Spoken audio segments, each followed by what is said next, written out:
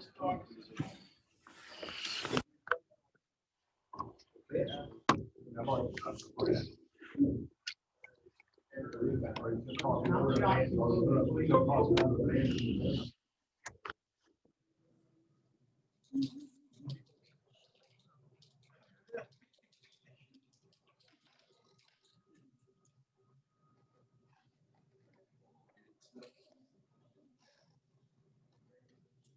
right, Gordon, yeah, wants us to show the road. 5:42, buddy. Look at this music. No, I saw it. No, is that for you? You start on time? No, that clock is actually a little bit slow. Is it? Well, yeah, maybe 2 minutes. No, it's right on time. It's changed. Well, It's raining. no, it's a friend.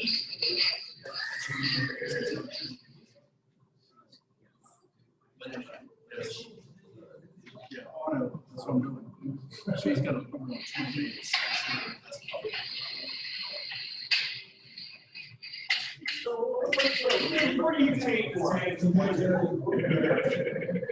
She's just really impressed. It's kind of hard to get the read on.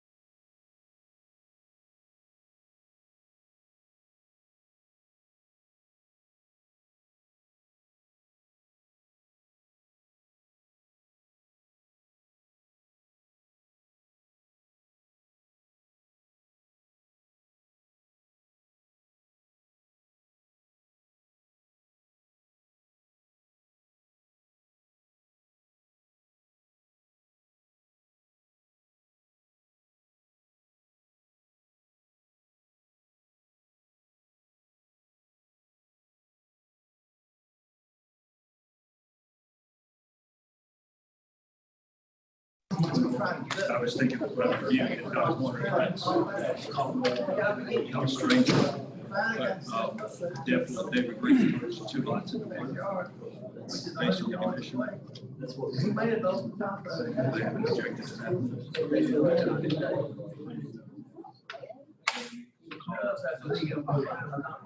Yeah, I got this. I went through and read all the citizens' comments. I think there's all fine.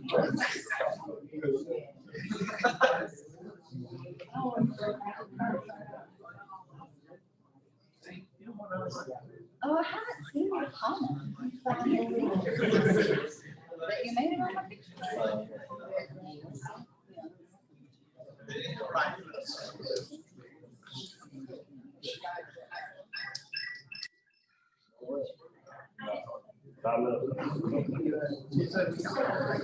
Since you got this new clock, you can take that old one down, but.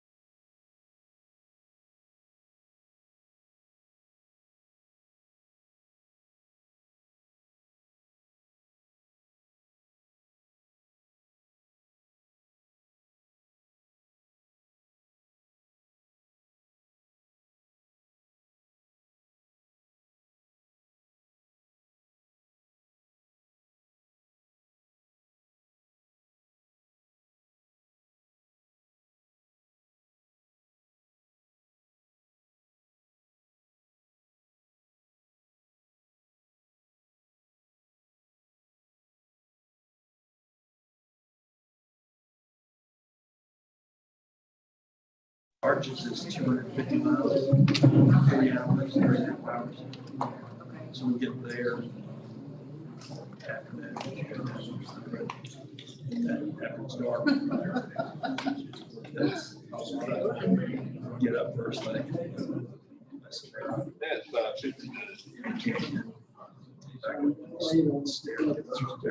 Another city there. Yeah. It's with another national.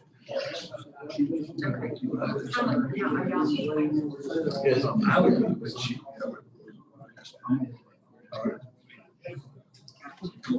Low impact. I wish I were a hiker. Oh, I would love, I mean, I would have loved. Yeah. Well, that's pretty awesome. See if he's still rolling there. Never been to. Oh, I'm sorry. Yeah, I tell everyone.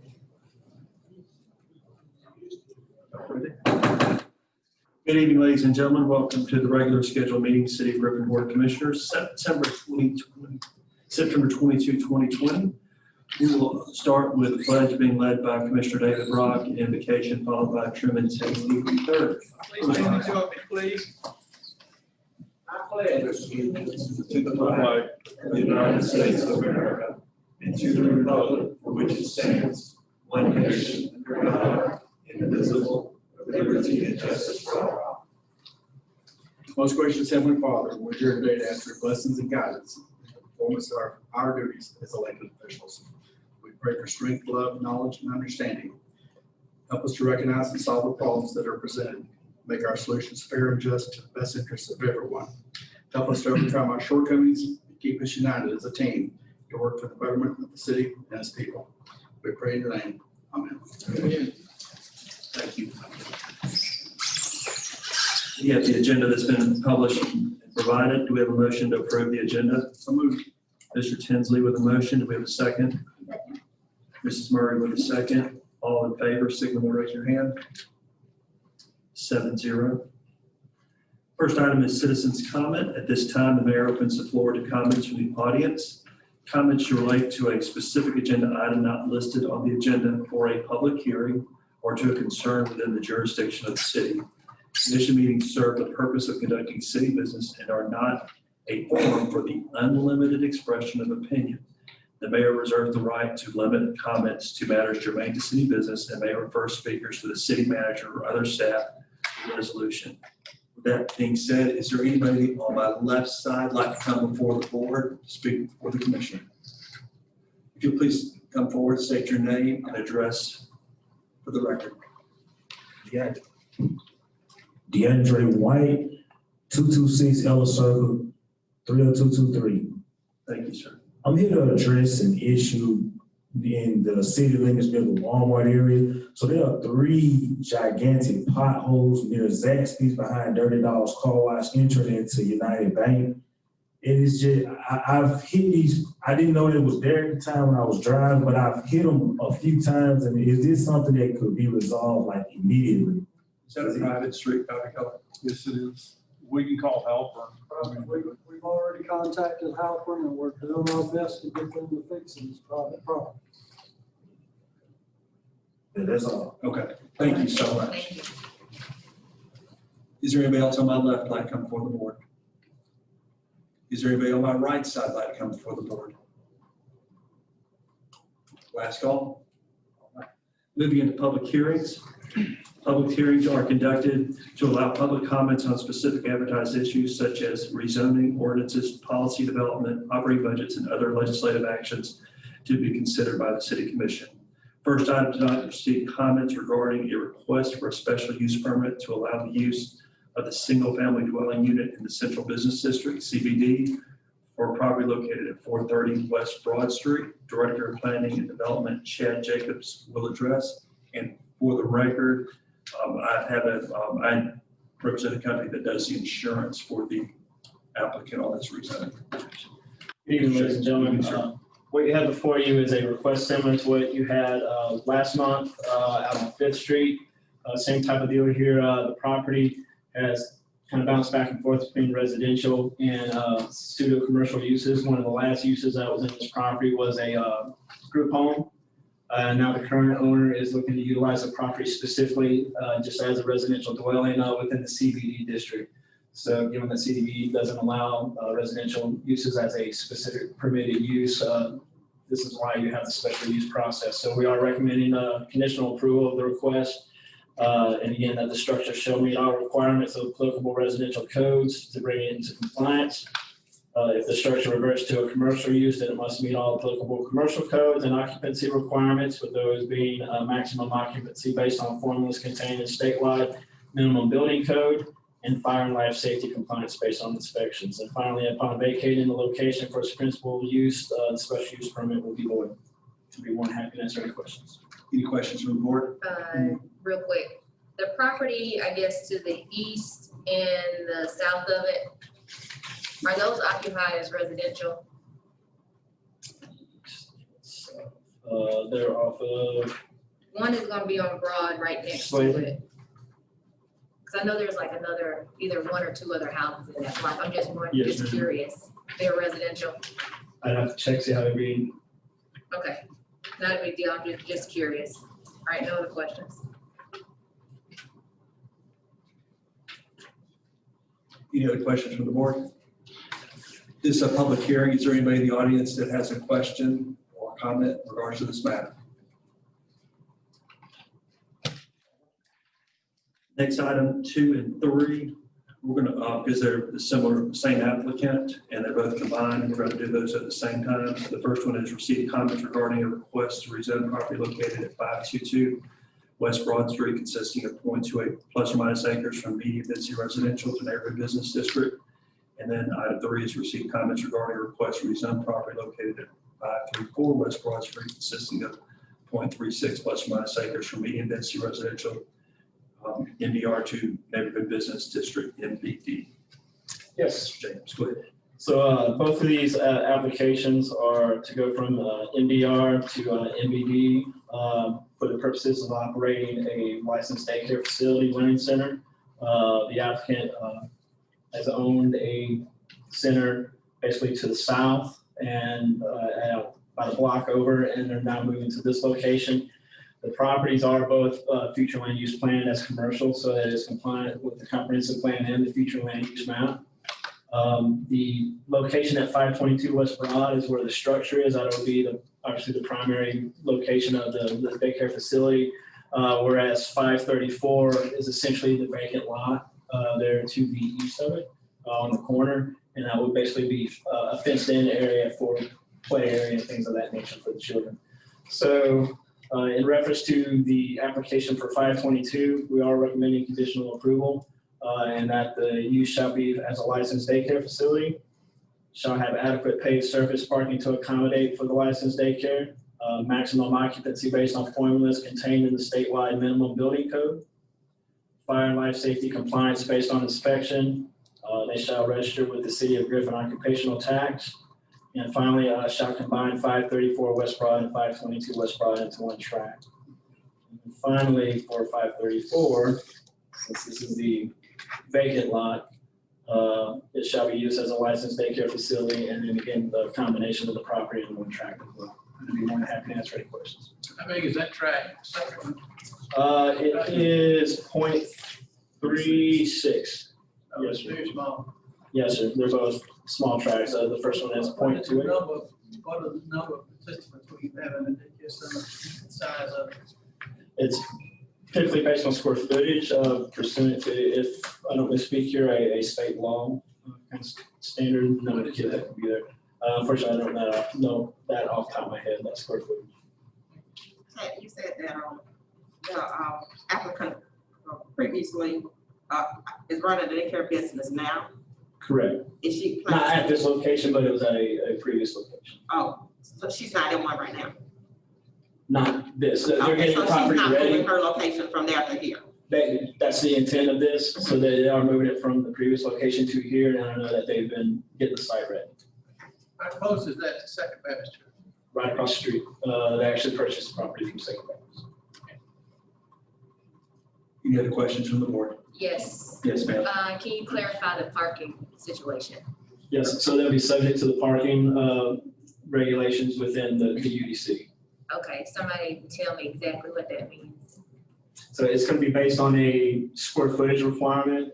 So there's a list of, it's broken down by use, whether you're eating establishment, office, medical facility, things of that nature. And there's a minimum and a maximum number of parking spaces And that it are needs to be required. striped and Paved and asphalted striped. and correct. the whole, and they're Yes. completely aware. We had a meeting with them a couple months back where we discussed that with them. So that way they wouldn't be blindsided by that requirement. Right, that's what I'm Yes. asking. We've had a few people come back and have questions about that. So my understanding of this, just for the record, is that the applicant is completely aware that the rezoning of this includes asphalting and striping parking, sufficient Yes. parking for this. Yes, we had a meeting with Ms. Jones, her husband, myself, Ms. Keller when she was still here, and then the fire marshal was in that meeting. We discussed that on 522. And then also too, sorry, I forgot to add that planning and zoning board last night also voted to approve as well. Where are they moving from to? It's around the corner at, I'm blind here, off of West Salmon, I believe. Is that correct, Ms. Jones? Yes, correct. Any other questions from the board? Yeah, this is a public hearing on both items 2 and 3. Is there anybody like to come before the board to make a comment or statement? Please come forward. If you'll please give your name and address for the record. William Hughes, 1400 Jackson Road, Griffin, 30223.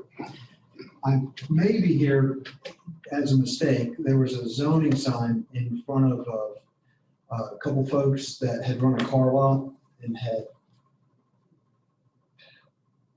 You know which road? I don't know the road of the car lot, but I know that their home, well, I thought their home was 534 West Broad Street, but I heard that that was a vacant lot. So I may have the addresses and the people mixed up, and I shouldn't be here.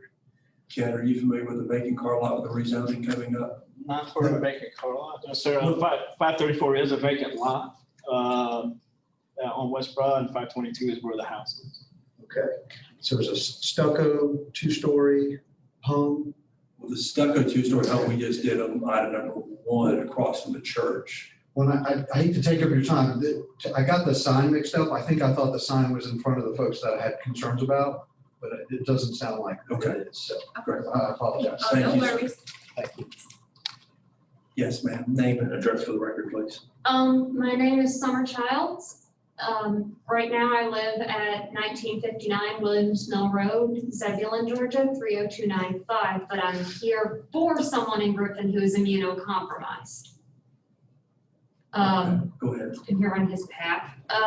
He would definitely want me to ask if this daycare center is very safe for children and doesn't have any offenders near it.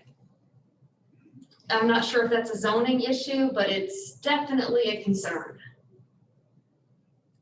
So you're wondering if anybody that's involved with the organization has sexual offenders, or are you looking in terms of people in the neighborhood? People in the neighborhood who might be near the daycare Do center. we have any proof of anything you got to say? It's just a concern I'm bringing up. I'm not making any allegations toward anyone. Thank you. Jimmy, don't they maintain a list of those and also their addresses? Yes, sir, they do. Has the people asking this question checked to make sure of that? That's not part of our requirement as the zoning. That would be something that might happen through the state certification, but in terms of zoning restrictions, it's not something that we have to consider. Thank you, Ms. Flowers. That answers my question. Thank you so much. Is there anybody else like to come before the board? Going once, twice? Moving into the consent agenda, we're going to take items 4 and 5 together. Pleasure of the board. We have a motion to accept the consent agenda as presented. Mr. Tinsley with a motion, Mr. Brock with a second. All in favor, signal by raising your hand. 7-0. Moving to the regular scheduled meeting. Item 6, consider a special use permit to allow the use of a single-family dwelling unit in the central business district for property located at 430 West Broad Street with the conditions as described by Mr. Jacobs. I'll make a motion to approve. Ms. Murray with a motion. Do we have a second? Second. That Mr. Tinsley? Mr. Tinsley with a second. All in favor, please signal by raising your hand. 7-0. Item 7 and 8, consider a request to rezone property located at 522 West Broad Street consisting of 0.28 acres from medium density residential to neighborhood business district, and request to rezone property located at 534 West Broad Street consisting of 0.36 acres from medium density residential to neighborhood business district with the conditions presented by Mr. Jacobs. So moved. Second. Mr. McCord with motion, then Ms. Murray with a second. Ms. Murray with a second. All in favor, please signal by raising your hand. 7-0 on items 7 and 8 combined. Item 9 is consider approval of procurement with Allen Smith Consulting to perform grant administration services for the fiscal year 2021 Community Development Block Grant award to the city of Griffin. Motion approved. Motion approved. Ms. Ward with a motion. Do we have a second? Second. Mr. Tinsley with a second. On item 9, all in favor, please signal by raising your hand. 7-0. Item 10 is consider a resolution within the city of Griffin's operating capital budget for fiscal year 2019-2020 in the amount of $12,949,196.77 and fiscal year 2020-2021 in the amount of $10,812,296.32 for projects that we will complete in fiscal year 21. Motion approved. Ms. Ward with a motion to approve. Do we have a second? Second. Then Ms. Murray? Ms. Murray with a second. Everyone in favor, please raise your hand. 7-0. Item 11 is considered amending the city of Griffin's fiscal year 2019-2020 operating and capital budget for the Coronavirus Relief Fund, CRF, reporting the city's federal relief grant fund in the amount of $1,194,207.77. Ms. Ward with a motion to approve. Second. Mr. Tinsley with a second. All in favor, please signal by raising your hand. 7-0. Item 12 is considered application for the Georgia Fund Loan for modification of the Heads Creek Reservoir Dam in the amount of $8 million for the Department of Watershed Management. Motion approved. Ms. Ward with a motion. I have a question. Can we get a second person with a question? I'll second. Second with Ms. Murray. Discussion, Mr. Tinsley? Dr. Keller, is this something we have to do? We have to comply with Georgia Safety Campus program. Okay, so we can't table this until we get the Spalding County water contract back. This has no bearing on that. What kind of timetable do we have? We were lucky to get this money because we couldn't get SRF money. And how this is going to work is the Georgia Fund only allows you $3 million a year. Talk to the commissioner and to the DC, to the GFA rep. They're going to give us $3 million for 20, $3 million for 21, and the balance of $2 million for 22. This has nothing to do with dredging. No. It's just a dam or whatever. No, the dam didn't, it was built in 1964, when we had a topping of the dam during a major spill event in April, had 7 inches of rain in 3 hours. It scoured the toe of the dam. They required us to do a temporary fix until we could do a hydraulic analysis of the 2 downstream bridges, plus what mitigation would be caused if it was to fail. There's 121 structures downstream, and they told us that we need to fix the dam. So is it detrimental to this county that we have that old reservoir that was built in 1964? Can we survive without it with the new reservoir? No, sir. Thank you. Are there any other questions? We have a motion and a second. All in favor, please signal by raising your hand. 7-0. Thank you, Dr. Keller. Item 13, consider ratification of an administrative order declaring portions of city streets as truck loading and unloading zones in the central business district and changing the direction of West Bank Street. Do we have a motion? Motion to approve. Mr. Brock with a motion. Do we have a second? Mr. Tinsley with a second. No, hope we got some questions. Do we have any questions or comments? I do. Okay. And Mr. Patrick Kay, Economic Development Director, is here to answer those questions. Yes. What is a loading and unloading zone? Like, what does that actually look like? An example of a loading and unloading zone would be directly beside Angelo's on East Solomon Street. The parallel parking spaces that are adjacent to Angelo's. Right outside the door. On the Yes, other right outside the door here. wait, I'm Yeah. thinking about the wrong business. Okay, I'm on the other side of the street, right? And so having those areas blocked off as red loading, unloading area for trucks between the hours of 6 a.m. and 10 a.m. That's to provide easy access for truck traffic as they're coming in downtown. This came in because of the LCI and to make things more conducive for LCI, after the LCI to have trucks, delivery trucks for the downtown. And after 10 a.m., it's. After 10 a.m. it's general parking for anyone. What part is gonna be red? Is this like painting the curb or painting the street, or you're saying, like, how is it gonna be designated? It would be designated both in striping on the road and then also a signage there that would say that this would be loading, unloading area from 6 a.m. to 10 a.m. And for only those purposes. After that, it would be for general parking. Is that the only? That's not the only one. There's several others that are on the map. I have additional maps here if you'd like to see them. And this will also, What happens if they don't adhere to the 10 o'clock a.m.? How do we enforce that? Because it's got to be done.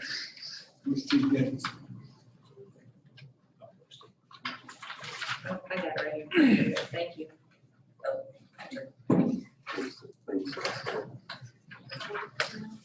I'm not the chief of police, but I'm assuming that they would be towed from those particular locations or ticketed of some sort. The idea is to designate areas instead of trucks just parking wherever they can find a space, to actually designating areas for them to go to. As of How are right we now, going to try to identify the majority of the truckers that come in, especially the big 18-wheel type trucks? so if this gets passed, we already had conversations with Abbott Express, US Foods, and we're reaching out to Gordon's. And what we will do is we will talk to all of them. We've talked to the majority of the restaurants downtown, who will also convey that to their truck drivers that are coming in. I've spoken to the rep with US Foods, who's one of the major regular stops in downtown. He says absolutely no problem. They would actually prefer to have a specified location, a specified time for loading and unloading in the downtown area. Yeah, it's really for the convenience of these trucking companies and these companies that sell, goods that have to be delivered downtown. Give them an assured place they can pull in and park without blocking the lane of traffic. Correct. As of right now, with the new LCI project, they're not going to be able to go on Hill Street because they're not going to be able to turn, well, they can go on Hill Street, but they can't turn off of Hill Street. Otherwise, they're going to take out a flower planter or a curbing of that sort. So on this proposal on here is there are 4 designated routes for them to come through the downtown, and all those 4 routes are designated areas for them to do loading and unloading. Okay, I do have a question. Yes. Let's say they're on it's Layton between Hill and State. So we have noted the ones that on Slayton will actually be loading and unloading areas, but they're not going to be 18-wheeler. Right, because I was gonna ask you how the truck was gonna get out of there. So we put those as loading and unloading, but they will not be designated for 18-wheeler traffic. There's no way. We try to look at it different ways and try to get them to come in and out of that area. Due to the end of West Slayton Avenue having some utility lines that are right there, there's just no physical way for them to turn off of that street. So ideally speaking, where is the 18-wheeler traffic? Ideally, the 18-wheeler traffic is on the blue line, that's East Solomon Street coming in for Angelo's there. One thing that's additional that's on here is the West Wall Street as it comes to West Bank Street across. You'll notice on there's a little pink line that's on there, and that's between 8th Street and Hill Street. Wait, 8 and Hill. where it says West Bank, there's a little pink line. Oh, I see it. Okay, That area right there, the one way will be in the other direction. West West Bank Street, this is West Bank Street, right? The orange line. West Bank Street is just over here. So the traffic, That way. I'm sorry. Traffic will be going, Go eastbound. then. instead of going that way, it'll be going this way. So the way for them, Go westbound this morning. they'll have to go eastbound to go all the way through there. They did this morning. They did this morning because we haven't changed it yet. They just happened to be there. The only way for it to work for those particular 3 unloading areas, we looked at trying to have them come on 8th, but we have a fire hydrant there and a utility pole. And so the only way, we took a transfer truck from solid waste and drove it both ways and tried to figure out the best option for them. And based on driving the transfer truck, the best way for them to come is from west and going east. Any other questions? Yeah, I have one that doesn't pertain to this. Well, on the signage, is it gonna have a tonnage limitation? So our men in blue, our men and women in blue, excuse me, can identify if there's an 18-wheeler sitting there, some panel truck or whatever, how would they know that, they're out of compliance? If the weight limit for the road itself, No, for the truck. If it's an 18-wheeler parked someplace, we expect a, larger, but not an 18-wheeler truck to be unloading, but you identify. I don't think we're really limiting the size of the vehicle. It's the purpose of the stop. They're there to deliver or unload or I load. understand that, but he said earlier that the trucks, there'd be limitations on the size of the truck. I'm sorry, I did not mean that. There was just on the section on Slayton Avenue, because they're not gonna be able to turn for their size, they will not be able to turn off there. All the other ones can be box trucks or 18-wheelers or various sizes. It's loading and unloading Okay, that's fine. for anything.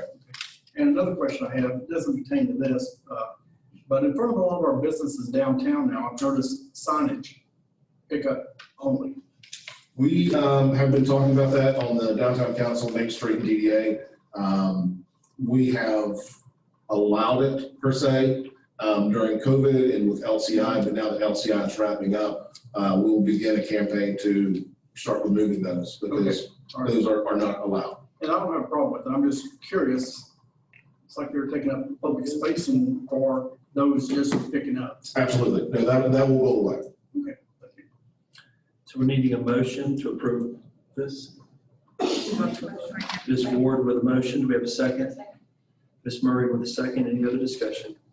All in favor, please signal by raising your Mayor hand. Holberg, you've already done that. You already had a motion from Mr. Brock, second by Mr. T. I'm sorry. I'm sorry. I did not.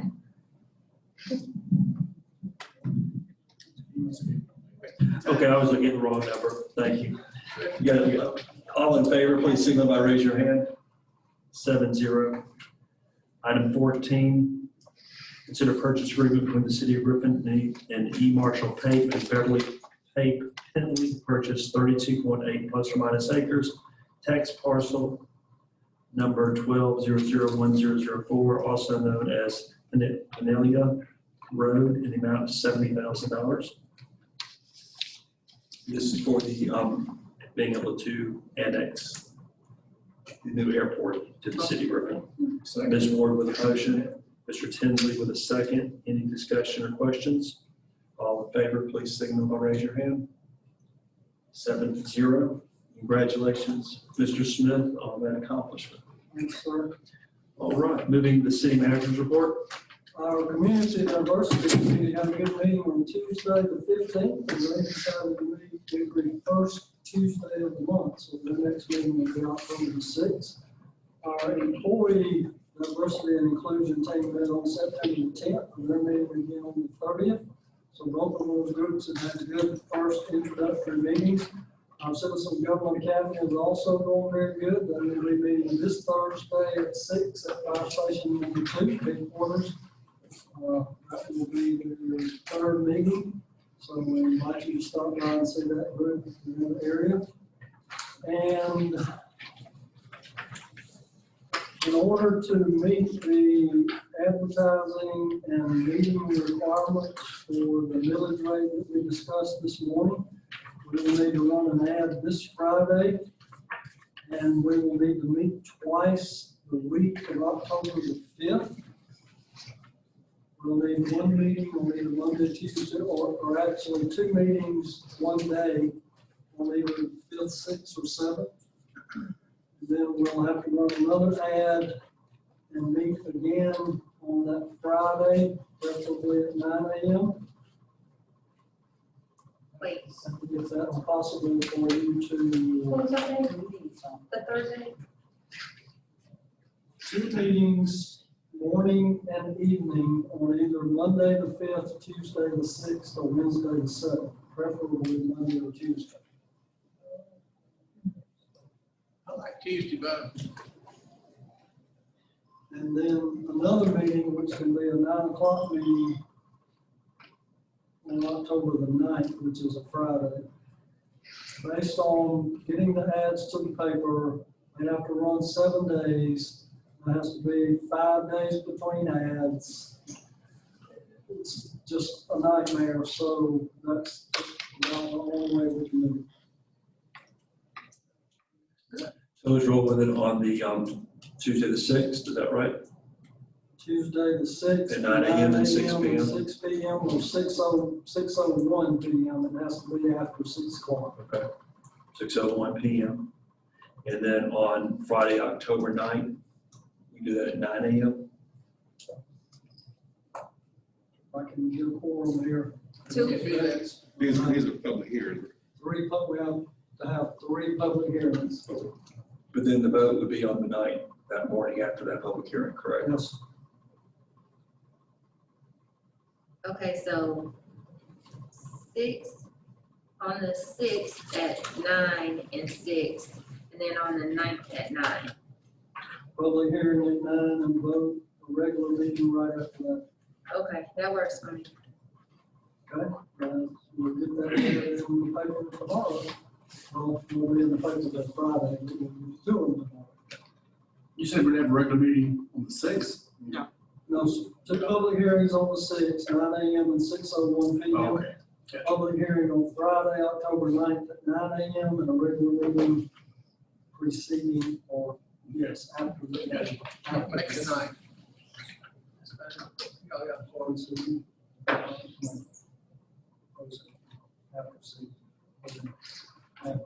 That's all I have. Thank you, Mr. Chairman. Mr. Whalen, I have done. Mr. McCord, I don't have anything. Ms. Murray. Thanks, everybody, for coming. Good to see you all. Hope you have a great night. Thanks, everybody. Good. Commissioner Flowers. Just a quick reminder, today was National Registration Day. If you're not registered, you still have a little bit of time to get registered for the upcoming election. And if you are, you should encourage someone who's not registered.